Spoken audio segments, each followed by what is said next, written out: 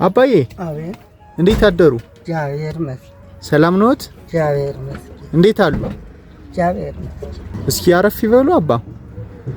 ከሱ ይለይ። ደህና ነዎትልኝ? እግዚአብሔር ብቻዎትን ነው እንደሚኖሩ የኔ አባት? አለ አንድ ደካማ ባለቤቶት የት ሄደው ነው አሁን? እዚያ እየለመነ በዛ እና ዘህዳ ማወርጨኑ መግቢያ እዚያ እኔም መሄድ ምንድነው እንትን የምታደርገው? እዚያ አንዳንዱ ሀብታም ሲፈጭ ይጠልላታል። ወፍጮ ቤት ዱቄት አዛ እያያዘች ነው ዱቄት የምታመጣው? እዚያ እርጅ ትባላለች። እዚያ ማዶ ከሻት ይዛል። እርስዎ ምንድን ነበር የሚሰሩ የኔ አባት? እኔ ብረት ነበር። እዚያ ሰኞ ገባ 2 አመት ወደኩ መጥቼ ይህች ተኝቼ ነው። ቀን ስራ ነው የሚሰሩ የነበር? አዎ ቀን ስራ። እስኪ ያለው ችግር ይንገሩኝ። ምን አሁን ሰው ቤት ሲውል ለጥቆ ችግር ነው። እኛ ቤት ሰው አልሰራ የት ያገኛል? እውነት ነው። ሰው አልተንቀሳቀለ ሰው አልሰራ በተቻለ ገበያ ላይ ምናለ ለዚህ ዝም እያመሙት ጨርሻለሁ እኮ ሰውነት ያለኝ አብቅቻለሁ።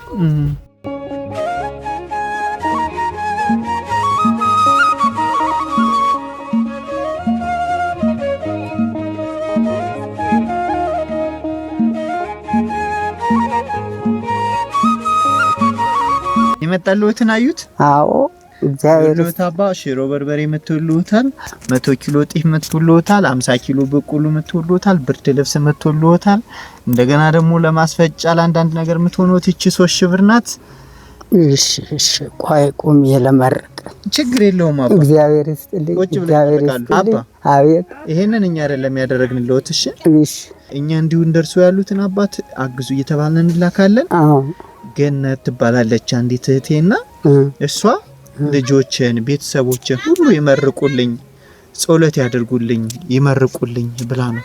እግዚአብሔር ይስጥልኝ ያቆይልኝ። እንደዚህው ሁለዚህ አመሰቶ ገበያ ያውልልኝ፣ እናንተንም ያሰንብትልኝ፣ ከፍ ያርግልኝ፣ ያኑርልኝ፣ ተርፎ የሚቀረው እድሜ ይፈግብኝ።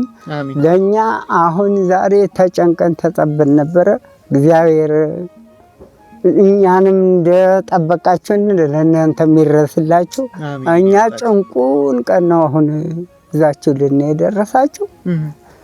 ብንሞት እንግዲህ እየበላን ችግሩ ገሏቸው ሞቶ የሚባለው ጠግበው ሞቱ ነው የምንባለው። እግዚአብሔር ይስጥልኝ፣ ሰንብትልኝ፣ ከፍ ያርግልኝ። አሜን አሜን።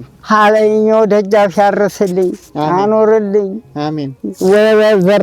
የዘራችሁት የበቀለ የወለዳችሁት የተባረከ ይሁን። አሜን። እንግዲህ አሜን። ውዳሴ ማርያም አቡነ ዘበሰማያት የጭንቋ ቀን ዛሬ ጾሚቱ ናት። የእሷ ጸሎት ነው። ጸሎቴንም አላቋርጣ እዚሁ ተኝቻለሁ። በነጋ ሲመሽ ሲነጋ ይችን እየደገምኩ የጭንቁላ ደረሳችሁልኛል። እግዚአብሔር ያቆይልኝ። አሜን። እኔ አባት እግዚአብሔር ያቆይልኝ። አይዞት በቃ እሺ። አረጋይ ሰላም ነው። ችግር አለ። እሺ ቻው።